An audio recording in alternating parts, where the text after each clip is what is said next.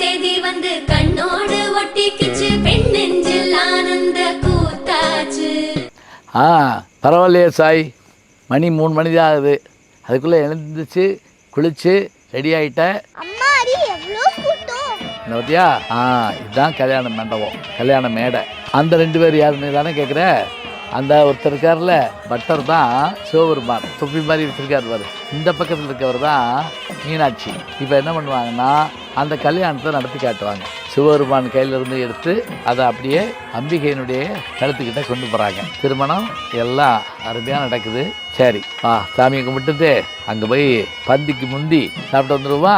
ஏன்னா இந்த பிரசாதம் கிடைக்கிறது சாதாரணம் இல்லை. போவோம். சித்திரை திருவிழா தொடங்கி இன்றைக்கு 10ஆம் நாள் திருநாள். இந்த 10ஆம் நாளிலே என்ன சிறப்பு என்றால்